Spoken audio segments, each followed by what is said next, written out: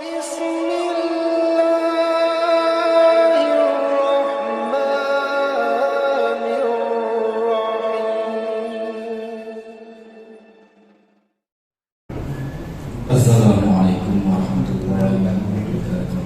Waalaikumsalam.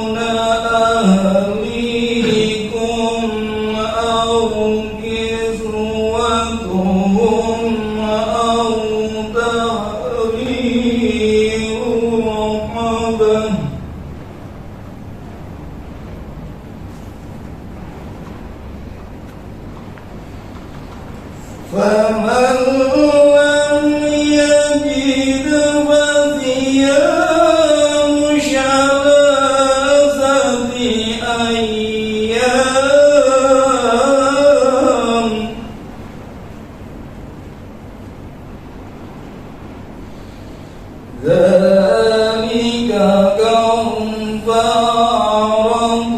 أيمانكم إذا حلفتم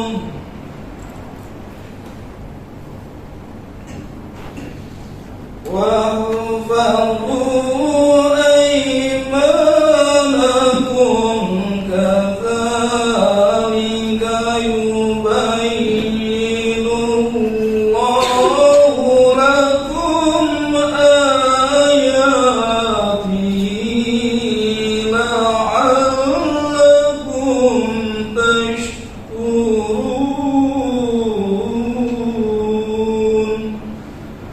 صدق الله العظيم. Assalamualaikum warahmatullahi wabarakatuh. Waalaikumsalam warahmatullahi wabarakatuh. Bismillahirrahmanirrahim. Assalamualaikum warahmatullahi wabarakatuh. Waalaikumsalam warahmatullahi wabarakatuh. Alhamdulillah alladzi arsala rasulahu bil huda wa dinil haq liyudhhirahu 'ala dini kullihi wa kafa billahi syahida. Asyhadu an la ilaha illallah wahdahu la syarika lah wa asyhadu anna Muhammadan 'abduhu wa rasuluh. Allahumma shalli wa sallim wa barik 'ala Muhammadin wa 'ala alihi wa ashabihi wa man ittaba'a hudahu ila yaumiddin, amma ba'd. Subhanaka la ilma lana illa ma 'allamtana innaka antal alimul hakim.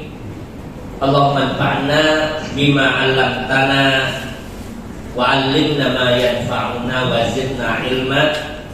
Allahumma inna nas'aluka ilman nafi'an wa rizqan thayyiban wa amalan mutaqabbalan.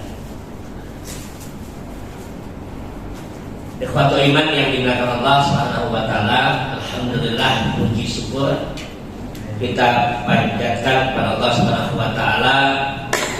Salawat dan salam senantiasa tercurahkan kepada Nabi Muhammad sallallahu alaihi wasallam, keluarganya, para sahabatnya, dan siapa saja yang mengikutinya hingga yaumul qiyamah.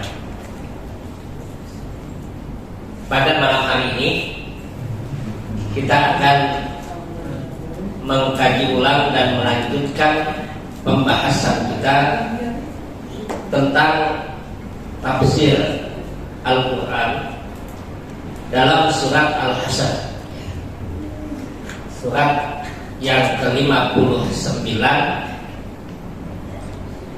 ayat 18 sampai 20. Kalau pada pembahasan yang pertama kita telah mengkaji atau mempelajari pada ayat yang ke-18. Ayat yang ke-18 itu Allah Subhanahu wa taala menyebutkan, ya ayyuhalladzina amanu taqullaha wal tanzur nafsum ma qaddamat lighad wattaqullaha innallaha khabirum bima ta'malun. Wahai orang yang beriman, bertakwalah kalian kepada Allah Subhanahu wa taala. Dan hendaknya setiap diri, setiap jiwa memperhatikan apa yang telah ia perbuat untuk esok hari.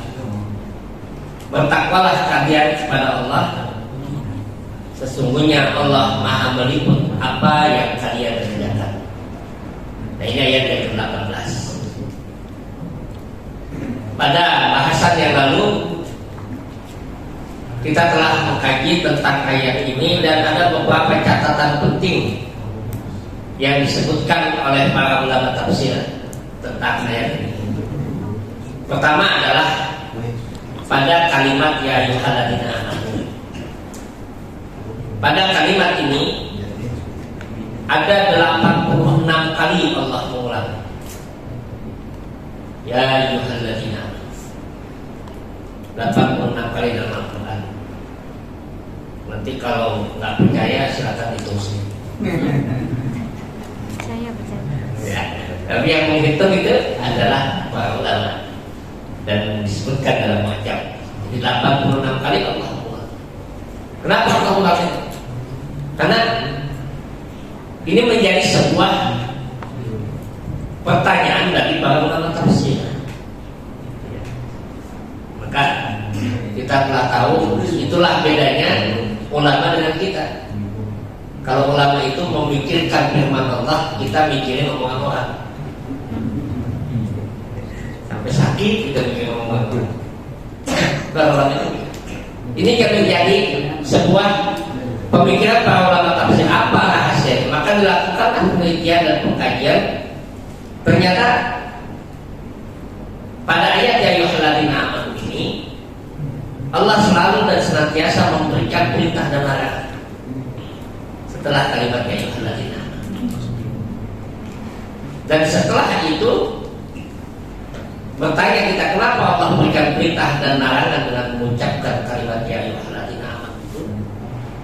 Karena Allah ingin menyandarkan kepada iman, dan Allah ingin memberikan kebaikan dengan perintah dan larangan itu. Sehingga ayat-ayat yang diawali dengan ya ayyuhalladzina amanu disebutkan oleh banyak para ulama tafsir adalah ayat min ayatil ahkam, yaitu ayat yang berhubungan dengan hukum-hukum syariat, karena ada perintah dan larangan. Ayat ahkam. Nah ini ya ayyuhalladzina. Nah, apa perintah dalam ayat 18 ini? Kita telah kaji pada bahasan yang lalu. Ada 3 perintah yang maksud. Pertama, bertakwa kepada Allah SWT. Yang kedua adalah memperhatikan, mengevaluasi, memuhasabah apa yang telah dibuat dalam kehidupannya. Itu melakukan muhasabah. Yang ketiga adalah takwa, bertakwalah kepada Allah SWT. Nah ini 3 perintah tadi: takwa, muhasabah, dan takwa. Ini 3 perintah. Diulang 2 kali kalimat takwa ini, perintah takwa ini dalam 1 ayat, dalam redaksi ayat yang singkat, kalimat yang singkat Allah sebutkan. Allah ulang 2 kali perintah takwa itu. Disimpulkan oleh para ulama, yang pertama, untuk apa Allah ulang itu? Litakid, yaitu untuk memberikan penegasan betapa pentingnya takwa. Kalau emak-emak itu ngomelin anaknya, kalau penting berkali-kali, Jadi apa? jangan sampai lupa ya, kerjain ini ya. Dan belum apa udah mulai, jangan sampai lupa ya. Nah ini bahasa yang disebutkan oleh para ulama. Dalam bahasa Arab itu disebut dengan litakid. Jadi untuk memberikan penegasan betapa pentingnya takwa. Dan ternyata pada konteks ayat-ayat yang lain Allah sebutkan luar biasanya takwa itu dalam kehidupan seorang muslim. Pentingnya takwa karena dia adalah puncak tujuan daripada ibadah kita kepada Allah SWT. Ya ayyuhan nasu u'budu rabbakum alladzi khalaqakum min nafsin wahidah wa khalaqa minha zawjaha wa bassa minhuma rijalan katsiran wa nisaa'a wattaqullaha innallaha khabirun bima ta'malun. Dalam surat Al-Baqarah ayat 25 Allah sebutkan ya ayyuhan nasu u'budu rabbakum alladzi khalaqakum walladzina min qablikum la'allakum tattaqun. Puncaknya adalah takwa. Ibadah kepada Allah itu puncaknya takwa. Kenapa kita sholat? Kenapa kita zakat? Kenapa kita puasa? Kenapa kita haji? Kenapa kita berbuat baik? Apa yang ingin kita capai adalah takwa. Itu puncaknya. Dan takwa itu memberikan kebaikan kepada kita. Kemarin yang gampang itu ada dalam surat At-Talaq, surat 65. Nomor surat yang 65 ayat 2. Di ujung ayatnya ayat yang ketiga, kemudian ayat yang keempat dan ayat yang kelima. Ayat yang kedua itu di ujung ayat Allah katakan kepada kita, Wa may yattaqillaha yaj'al lahu makhraja wa yarzuqhu min haitsu la yahtasib. Wa may yattaqillaha yaj'al lahu min amrihi yusra. Wa may yatawakkal 'ala Allah fa huwa hasbuh. Wa may yattaqillaha yukaffir anhu sayyi'atihi wa yu'adhim lahu ajran wa yu'tim lahu ajran. Ini dalam surat At-Taubah. Dalam surat At-Taubah. Barang siapa bertakwa kepada Allah Subhanahu wa taala, Allah berikan kepadanya jalan keluar. Jalan keluar. Karena kalau orang mau mencari keluar dari masalah, ya masuknya dengan takwa. Masuk masalah itu dengan takwa. Kalau dia mau dapat solusinya, masuknya dengan takwa. Dia masuk ke masalah itu dengan takwa. Wa yarzuqhu min haitsu la yahtasib. Allah berikan rezeki dari arah yang tidak dia sangka. Wa may yattaqillaha yaj'al lahu min amrihi yusra. Siapa yang bertakwa kepada Allah, Allah jadikan urusannya dengan mudah. Tidak susah-susah. Wa may yatawakkal 'ala Allah fa huwa hasbuh. Siapa yang bertawakal kepada Allah, cukup Allah yang jadi pelindungnya. Barang siapa yang bertakwa kepada Allah, Allah hapuskan kesalahannya dan Allah lipat gandakan ganjarannya. Ini takwa. Bahkan sampai masalah yang berkaitan dengan ekonomi. Kalau kita mau lihat itu ayat berkaitan dengan ekonomi itu dalam surat Al-Baqarah ayat 282 yang panjang yang berbiasa. Ayat yang terpanjang dalam Al-Quran surat Al-Baqarah itu ayat 282, satu ayat terpanjang berbicara tentang apa? Berbicara tentang ekonomi. Itu tentang hutang. Apa kemudian di ayat itu Allah katakan, barang siapa yang bertakwa kepada Allah Subhanahu wa taala, yu'allimuhu, Allah akan ajarkan dia. Allah akan berikan pengetahuan bagaimana menyelesaikan masalah. Nah ini takwa. Nah ini di antara buah ketakwaan. Buah ketakwaan. Maka kenapa Allah ulang 2 kali kata takwa itu? Kata para ulama tafsir itu adalah litakid, untuk memberikan penegasan pentingnya takwa itu bagi seorang mukmin. Yang kedua, kata para ulama tafsir, kenapa diulang ayat takwa itu 2 kali dalam ayat ini? Kalimat takwa itu 2 kali diulang oleh Allah SWT. Kata para ulama tafsir apa? Selain untuk litakid, maka kata para ulama tafsir litaksis, untuk memberikan fondasi tentang ketakwaan. Di mana letak taksisnya itu? Di mana bentuk fondasinya dalam ketakwaan itu? Ada pada ayat yang tengah itu dan ada ayat yang di akhir. Itu fondasi. Wal tandur nafsum ma qaddamat lighad. Innallaha khabirun bima ta'malun. Taksisnya. Jadi watandu nafsu ma qaddamat lighad. Kalau seseorang mau bertakwa kepada Allah Subhanahu wa taala, apa yang harus dia lakukan? Watandu nafsu ma qaddamat. Dia evaluasi perbuatannya. Perbuatan saya gimana? Dia evaluasi.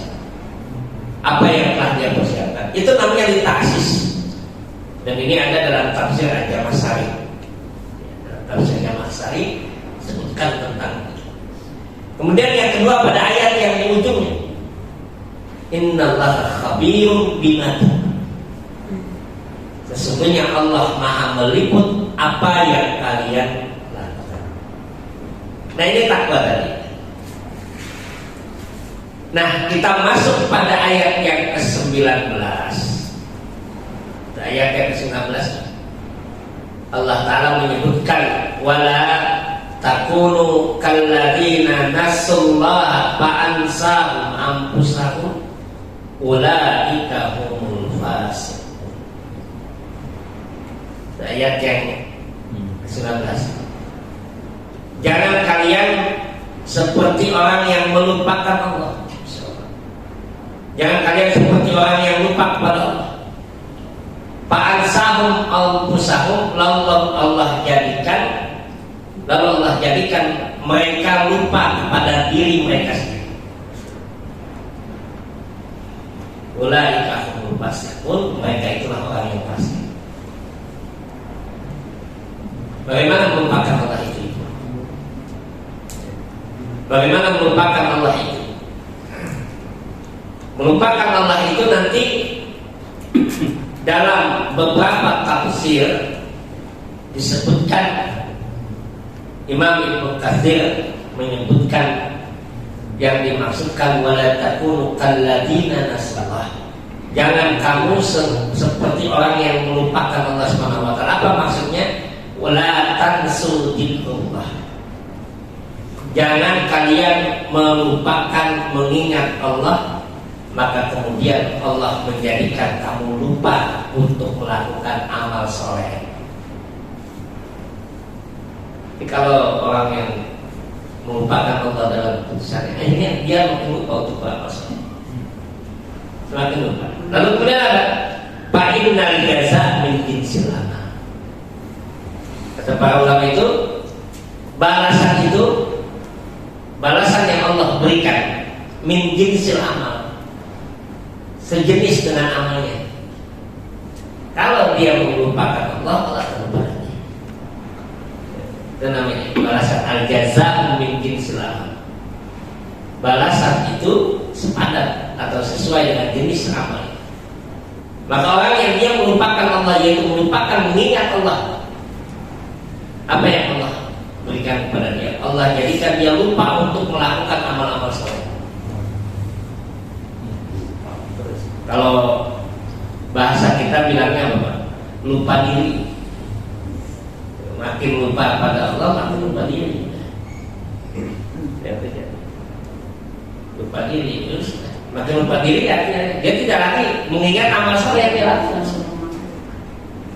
Ini yang disampaikan oleh Imam Ibnu Katsir dalam tafsir. Dalam tafsir Al-Qurtubi disebutkan nasallaha ayat, kata Imam Al-Qurtubi itu melupakan Allah itu yaitu maksudnya apa? Taraku amwahu ba'ansahum ampusahum ayyal zima ala khairan.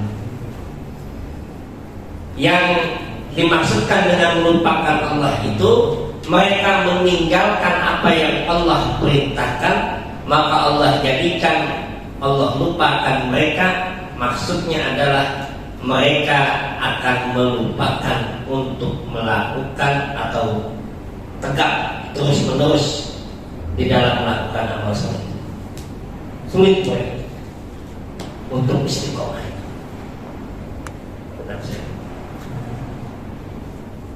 Nah ini beberapa tafsir, mungkin banyak lagi tafsir. Yang mananya itu kurang lebih adalah sama. Apa artinya? Mereka yang melupakan Allah itu adalah mereka yang tidak menyertakan Allah dalam setiap langkah hidupnya. Ini semua.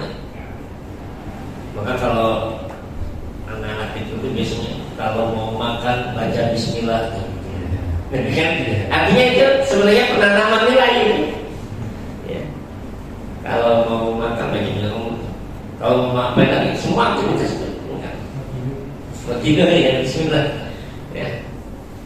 Ini yang apa yang penanaman sejak ini menyertakan Allah dalam setiap kehidupannya, langkah hidup. Maka ada syariat dalam Islam itu yang disebut dengan salat istikharah. Salat istikharah itu bukan sekedar salat, Bapak dan Ibu. Bukan sekedar salat, tetapi salat istikharah itu adalah upaya kita untuk tidak melupakan Allah dalam setiap keputusan kita. Maka kan doanya ada yang hafal nggak? Saya rasa sudah hafal di luar kepala nih. Sampai nggak nempel lagi. Sampai di luar kepala nggak tahu nempel di mana ya. Itu Allahumma inni astaghfiruka bi ilmika wa astaqdiruka bi qudratika wa as'aluka min fadlikal 'azim. Allahumma inni astaghfiruka, ya Allah aku minta dipilihkan. Sahil kabi ilmika dengan ilmu. dengan pengetahuan wastaqdiruka, aku minta takdir kepadamu, wastaqdiruka, keputusan kepadamu, wastaqdiruka min fadlika, dengan karunia. Ini yang kita minta. Allahumma inni astagfiruka bi ilmika wa astagfiruka bi qudratika, dengan kudrahmu. Wa as'aluka, dan aku meminta, wa as'aluka min fadlikal azim, dari karuniamu yang besar. Wa as'aluka min fadlikal. Fa innaka taqdiru wa la aqdir. Engkaulah yang menetapkan dan saya tidak bisa menetapkan. Saya tidak bisa menetapkan. Fa innaka taqdiru wa la aqdir. Itu yang kita minta. Ya Allah, saya mengambil keputusan ini, engkau yang menetapkan dan saya tidak bisa. Fa innaka taqdiru wa la aqdir. Wa ta'lamu wa la a'lam. Engkau yang lebih mengetahui dan saya tidak tahu apa. Wa ta'lamu wa la a'lam.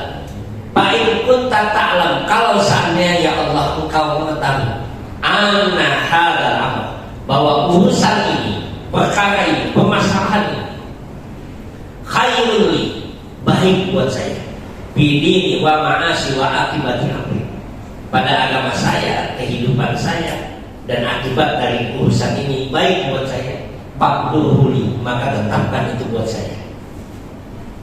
Tetapkan itu. Wa yassirhuli, dan mudahkan saya.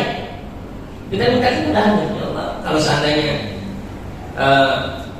naik jabatan ini baik buat saya, maka tetap wa yassir, mudah. Itu kunci tawakal itu daripada Allah Subhanahu wa taala. Dia menyertakan Allah dalam, ya Allah, kalau seandainya urusan ini menjadi baik buat saya, maka mudahkan saya. Baiklah kata diwala. Wa in kunta ta'lam, tapi ya Allah, kalau seandainya engkau tahu urusan ini tidak baik buat saya, karena kita tidak tahu apa yang terjadi ke depan. Kita menganggap nalar kita, cara berpikir kita, hitungan matematis kita terhadap sesuatu itu kan kadang-kadang sudah tepat. Kita disuruh berhitung, bermuhasabah tadi. Kita sudah hitung, ini langkah-langkah kita. Hitungan matematis kita, wah ini udah pasti. Tapi apa yang terjadi? Kita nggak tahu ke depan seperti apa. Maka kita minta kepada Allah, wa in kunta ta'lam anna hadzal amr syarrun li, kalau seandainya kau tahu urusan ini tidak baik buat saya, buruk bagi saya, pasti buruk, maka jauhkan saya, palingkan saya, pasti buruk. Wa yassirhu, lalu kemudian berilah saya jalan untuk tidak mendapatkan itu. Waqduril khair, lalu jadikan saya ridho dengan apa yang terjadi dan tetapkanlah kebaikan dari sisi yang lain. Ya kan? Kita menyerahkan urusan itu kepada Allah Subhanahu wa taala. Kita nggak tahu yang ke depan seperti apa. Kita hitungan matematis kita mau beli ini misalkan, wah ini baik buat kita. Ternyata kita nggak tahu. Kita kepengen ini, pengen itu, kita nggak tahu apa yang terjadi. Maka kita minta, ya Allah, kalau ini jelek buat saya, maka jauhkan. Dan buat saya ridho. Karena kenapa? Kalau kita nggak minta ridho, kadang-kadang sakit hati juga. Yang nggak dapat ya, udah mau kepengen kagak jadi, gitu kan? Sakit hati juga kan? Ya kan? Maka kita minta, ya Allah, beri saya keridhaan itu. Jadi ringan langkahnya itu. Nah ini menyertakan Allah dalam kehidupan tadi. Maka ini yang pertama, ayat 19 tadi itu yang menyebutkan kepada kita, janganlah kamu menjadi seperti orang yang melupakan Allah. Dan sifat orang yang melupakan Allah itu Allah tegaskan pertama tadi, dia adalah orang-orang fasik. Ulaika humul fasiqun. Mereka itulah orang-orang yang fasik.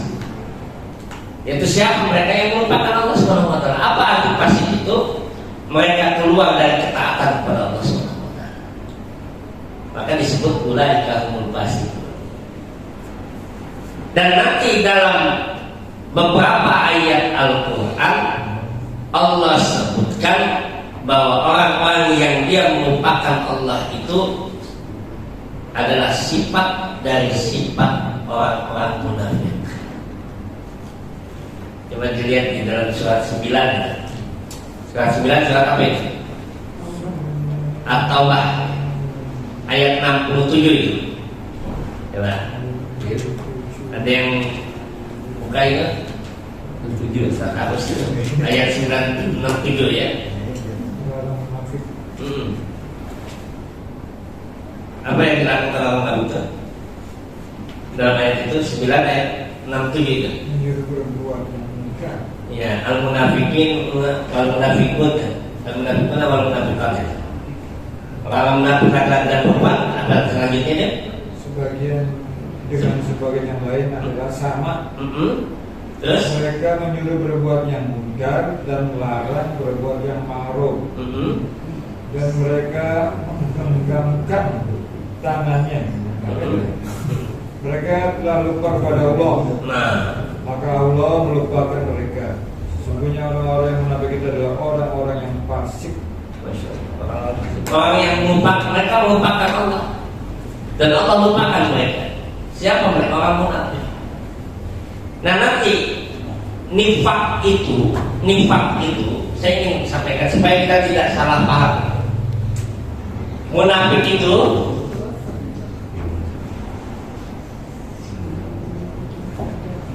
munafikun itu pelakunya. Ini pelakunya, orangnya. Penyakitnya nifak, ya. Nifak itu penyakitnya. Penyakitnya nifak. Apa yang disebut dengan nifak itu? Nifak itu dalam bahasa itu, nifak itu dari kata nafaqah. Hayawanun saghirun mithlul yarbu. Dalam kamus itu apa sih nifak itu? Hewan kecil sejenis kicurut. Bapak yang tetap. Itu nafaqah itu. Jadi nama hewan kecil yang dia ada di gunung itu, ini sejenis itu. Itu nafaqah itu. Nanti lihat di dalam kamus itu. Maka ketika membahas penyakit nifak itu, para ahli tauhid itu mengatakan, kenapa disebut dengan hewan kecil itu nifak?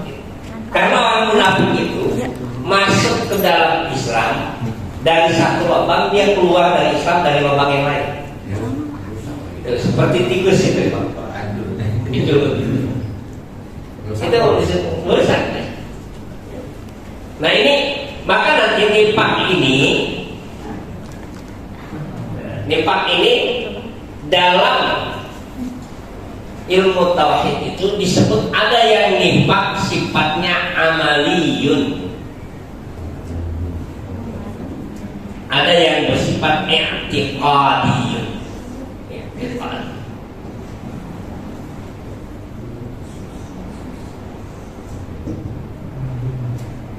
Amali sifatnya itu apa? Amali pada perbuatan. I'tiqad keyakinan, keimanan.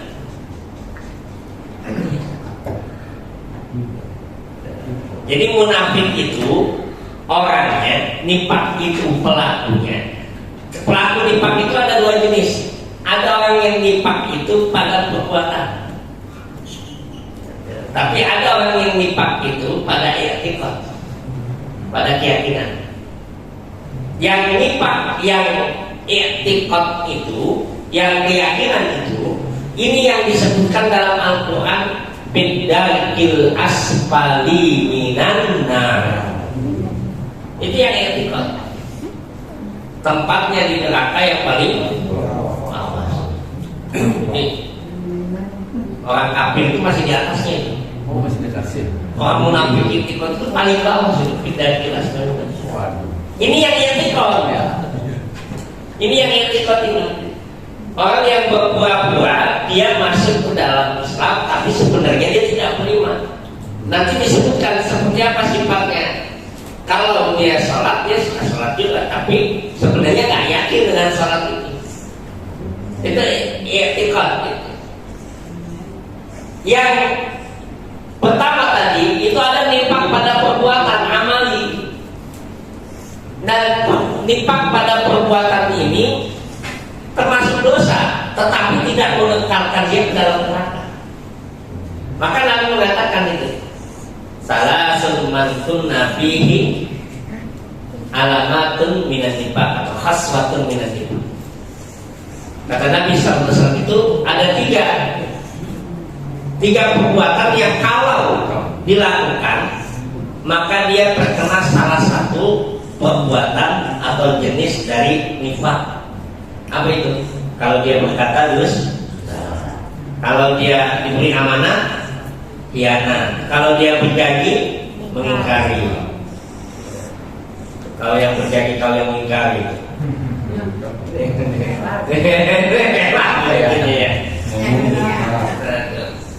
Jadi dia kalau dia berjanji tidak wa'ada akhlak.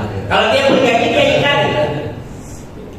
Ini nifaq pada perbuatan. Nifaq. Tapi kekal nggak dia di neraka ya tidak. Tapi ini penyakit. Kata Nabi itu penyakit. Kalau seandainya nanti tidak dihilangkan penyakit ini, bisa jadi dia jatuh pada nifaq ya. Orang kalau terus menerus khianat dari amanahnya, lama-lama dia tidak akan percaya akan adanya hari pembalasan. Itu bahaya. Kalau orang yang terus menerus dia berbohong, berkata itu dusta. Kalau Pinocchio hidungnya semakin panjang, kalau Pinocchio ya, tapi kalau dia semakin berdusta, lama-lama dia tidak akan lagi bisa berkata jujur. Dan ketika dia tidak lagi berkata jujur, apa yang terjadi? Maka lama-lama dia tidak akan mengimani akan hari akhir. Ya sudah sama aja mau bohong apa enggak ada bedanya. Itu yang berbahaya. Maka nifaq amali itu jalan masuk orang pada nifaq yang dikualitas. Nah nanti yang keempat itu kata Nabi dalam hadis yang lain, kata Nabi itu orang yang nifaq itu khasatun minan nifaq itu kalau dia bertengkar, ribut dengan keluarga, ribut dengan tetangga, apa keterlaluan, berlebihan. Kadang-kadang berhubungan sosial, ribut dalam rumah tangga, dia berlebihan, itu bahaya. Berlebihannya kenapa? Ada orang ribut dengan adiknya, dengan keluarga. Gua nggak bakal injek rumah lu 76. Kesian amat itu turunan yang 7 itu sampai saking ini nggak boleh. Itu berbulu. Itu nggak boleh, karena itu tanda hasratun minan nifaq. Kalau dia ribut, dia keluar semua binatang, sampai kebun binatang kosong itu. Saking dia keluar semua itu ya, dikeluarin semua isi kebun binatang.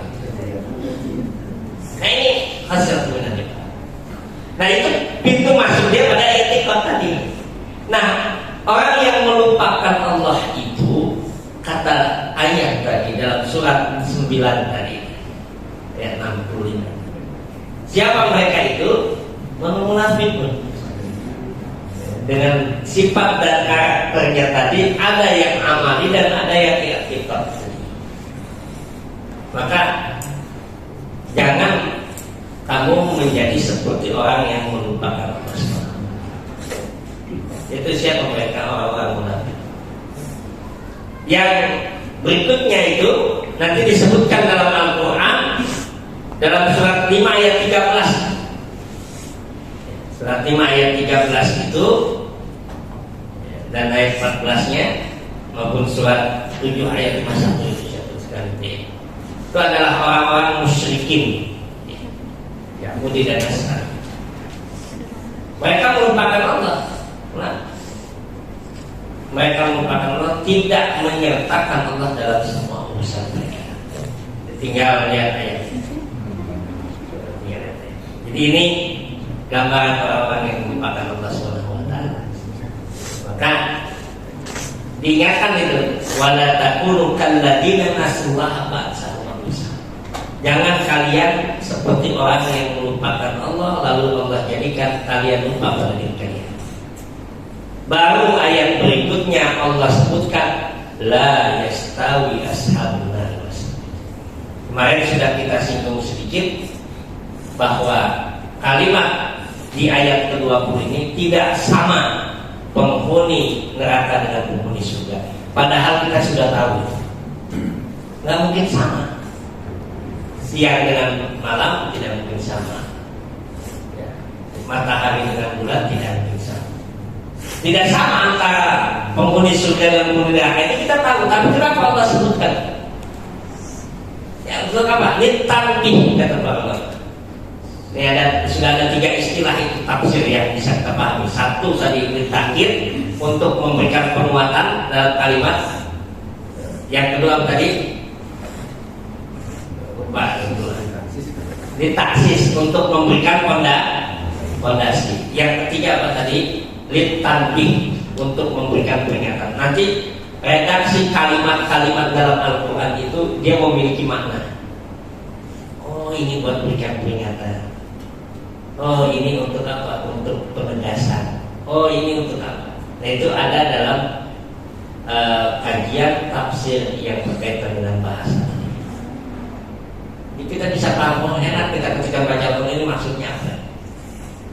Maksudnya apa? Nah, kita tahu itu sama, tapi kenapa Allah sebutkan untuk memberikan perhatian kepada kita bahwa ujung perbuatan kita, ujung kehidupan kita, apakah kita bertakwa ataukah tidak bertakwa, apakah kita mengevaluasi atau tidak mengevaluasi diri kita, apakah kita melupakan Allah atau kita mengingat Allah Subhanahu wa taala.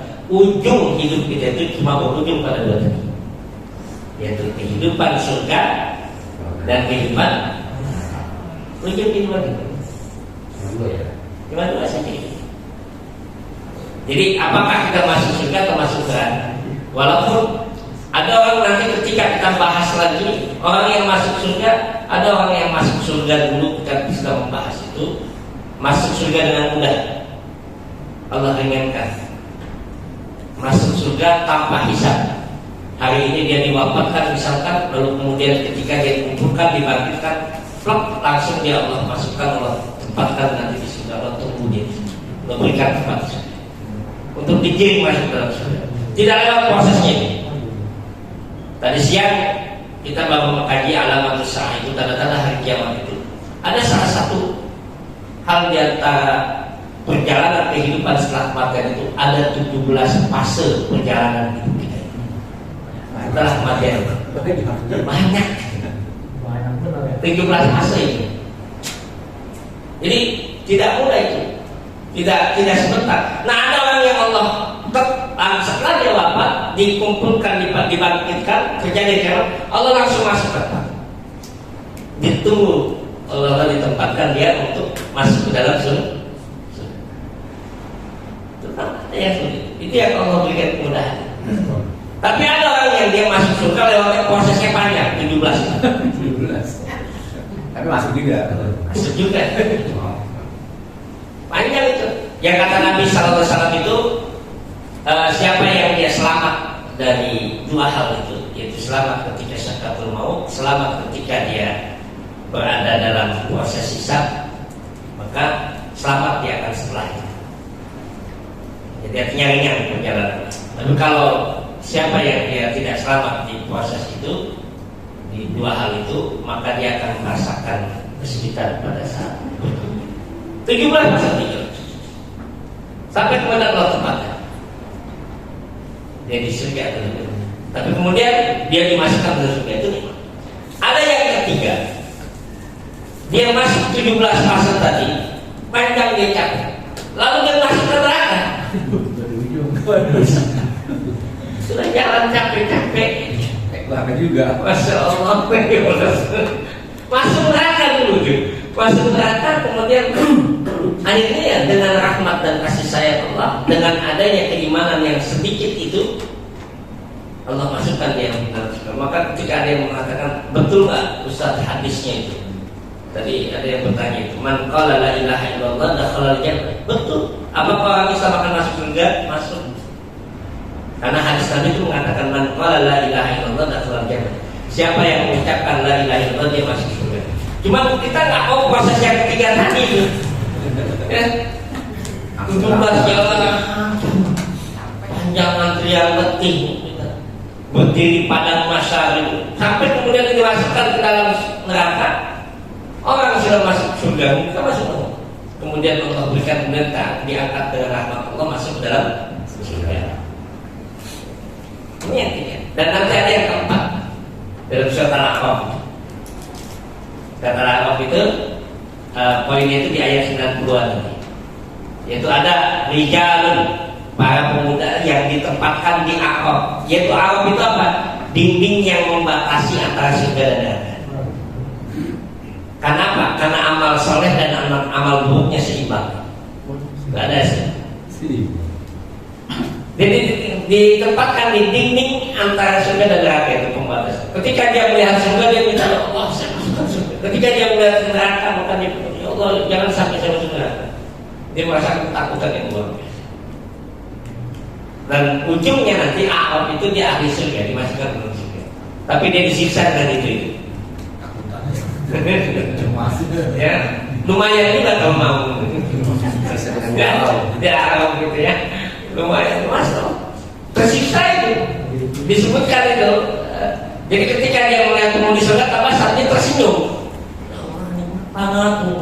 tapi ketika dia melihat penghuni neraka pas dia merasakan ketakutannya. Ini ujungnya tadi. Maka Allah Ta'ala yastami ashabuna wa ashabul jannah itu penghuni surga itu dia adalah orang-orang yang beruntung. Kenapa dia disebutkan orang beruntung? Nanti Allah katakan dalam ayat ini ashabul jannati humul faizun. Humul faizun adalah orang yang berbahagia, orang yang beruntung. Nanti dalam Al-Quran kebahagiaan dan keberuntungan itu disebutkan sifat-sifatnya dalam Al-Quran ini. Kalau lihat seperti apa orang yang mendapatkan fauz itu, fauzul azim. Ada fauzul adim, ada fauzul mubin, ada keberuntungan yang besar, ada keberuntungan yang nyata Allah sebutkan. Ada keberuntungan yang lain dalam Al-Quran. Itu Allah sebutkan dalam Al-Quran. Tapi tidak kita bahas pada hari ini ya. Karena waktu juga dan materinya belum disiapkan ya. Dan ini demikian yang kita kaji pada kesempatan ini. Mudah-mudahan ada manfaatnya. Nasrul minallah wa fathun qarib wa basyiril mu'minin. Wassalamualaikum warahmatullahi wabarakatuh.